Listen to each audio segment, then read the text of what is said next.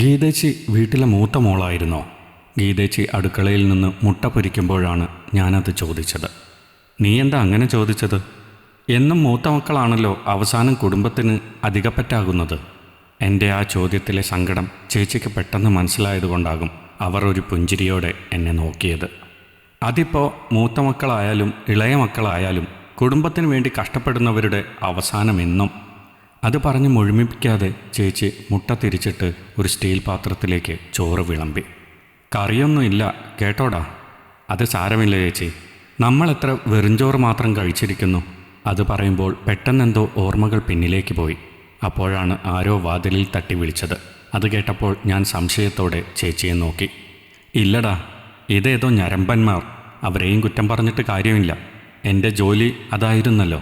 പെട്ടെന്നെല്ലാം നിർത്തിയെന്ന് പറഞ്ഞാലും ആരും വിശ്വസിക്കില്ല. ഇതിപ്പോൾ ദിവസവും ഉള്ള പരിപാടിയാണ്. ഞാനിപ്പോൾ അതൊന്നും ശ്രദ്ധിക്കാറില്ല. ചേച്ചി അത് പറയുമ്പോൾ ആ കണ്ണുകൾ നിറയുന്നത് ഞാൻ ശ്രദ്ധിച്ചിരുന്നു. ചോറും മുട്ട പൊരിച്ചതും ചമ്മന്തിയും വെച്ച പാത്രം ചേച്ചി എനിക്ക് നേരെ നീട്ടുമ്പോൾ ഞാനത് വാങ്ങാതെ വായ് തുറന്ന് ചേച്ചിയുടെ മുന്നിൽ നിന്നു. ഇവൻ്റെ ഒരു കാര്യം.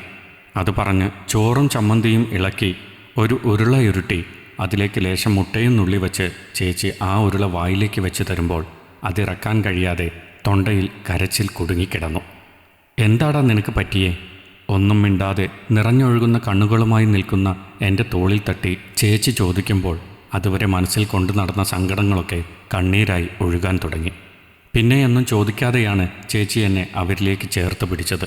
പിന്നെ എത്ര നേരം എടുത്തെന്നറിയില്ല. മനസ്സ് ശാന്തമാകുന്നതുവരെ ഉള്ളിലെ ദുഃഖമെല്ലാം ആ ചുമലിൽ മുഖം ചേർത്ത് കരഞ്ഞു തീർത്തു. ഞാൻ ആ വീട്ടിൽ നിന്ന് ഇറങ്ങി ചേച്ചി. ഇനി എങ്ങോട്ട് പോകുമെന്നോ എന്തു ചെയ്യണമെന്നോ എനിക്കറിയില്ല.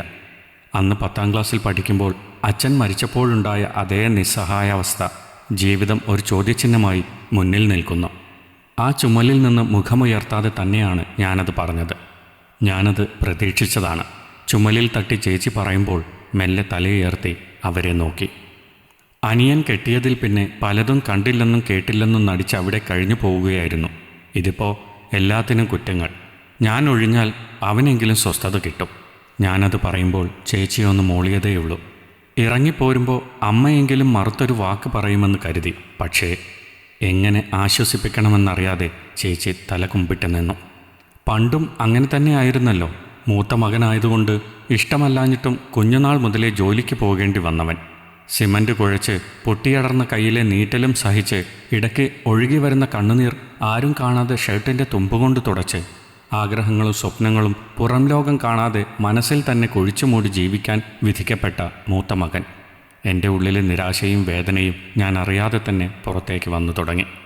കയ്യിലുള്ളതും കടം വാങ്ങിയും ഞാൻ ആ വീട് നോക്കി.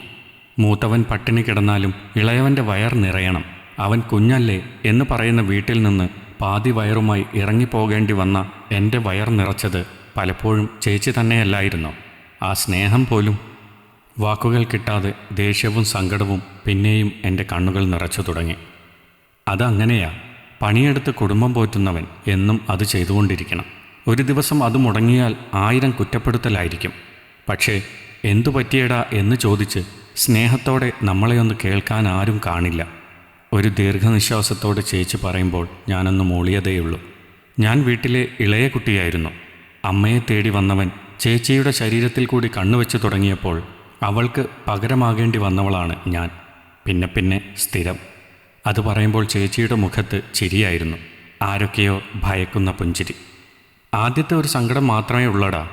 പിന്നെയൊക്കെ ഒരു മരവിപ്പാണ് മനസ്സിനും ശരീരത്തിനും. രാത്രിയുടെ മറവിൽ ആരൊക്കെയോ വരുന്നു, എന്തൊക്കെയോ കാട്ടിക്കൂട്ടുന്നു, പോകുന്നു. ചേച്ചിയുടെ വാക്കുകൾക്ക് മറുപടിയില്ലാതെ ഞാൻ അവരെ കേട്ടിരുന്നു.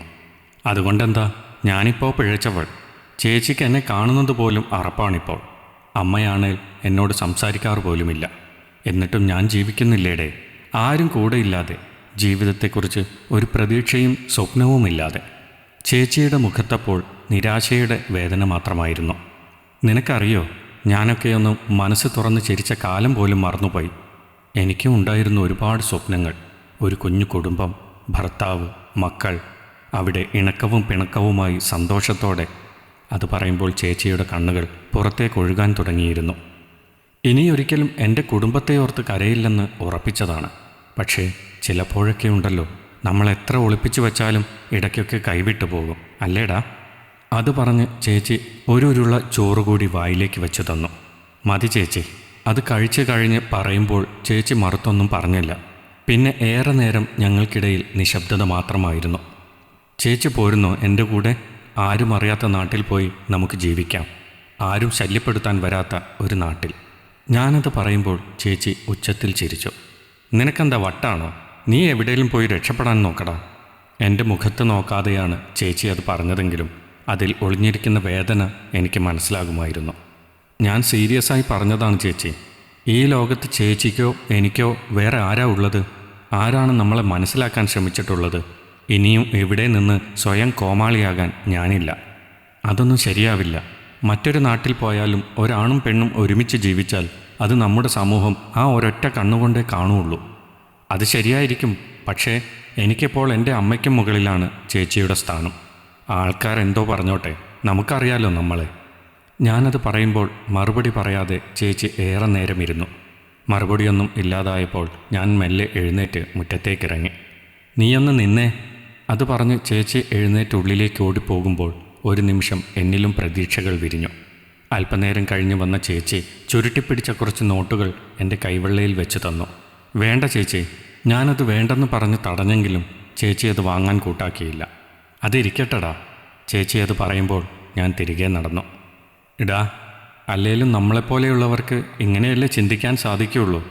അറിഞ്ഞുകൊണ്ട് ആർക്കും ഒരു ഭാരമാകാതെ ജീവിക്കാൻ ഞാനും അതേ ആഗ്രഹിക്കുന്നുള്ളൂ. നീ സന്തോഷത്തോടെ ചെല്ല്, നിനക്ക് നല്ലതേ വരുള്ളൂ. ചേച്ചി അത് പറയുമ്പോൾ മറുപടിയൊന്നും പറയാതെ ഞാൻ മുന്നോട്ട് നടന്നു. അപ്പോഴും മനസ്സിൽ ചേച്ചി പറഞ്ഞ കാര്യങ്ങളായിരുന്നു. നമുക്കൊക്കെ അങ്ങനെ ചിന്തിക്കാനല്ലേ കഴിയുള്ളൂ, ആർക്കും ഭാരമാകാതെ. ഇടയ്ക്കൊന്ന് തിരിഞ്ഞു നോക്കുമ്പോൾ നിറക്കണ്ണുകളുമായി ചേച്ചി അപ്പോഴും അവിടെ തന്നെ നിൽപ്പുണ്ടായിരുന്നു. ഈ കഥ നിങ്ങൾക്കിഷ്ടമായെങ്കിൽ ലൈക്ക് ചെയ്യൂ. നിങ്ങളുടെ അഭിപ്രായങ്ങൾ കമൻ്റായി രേഖപ്പെടുത്തൂ.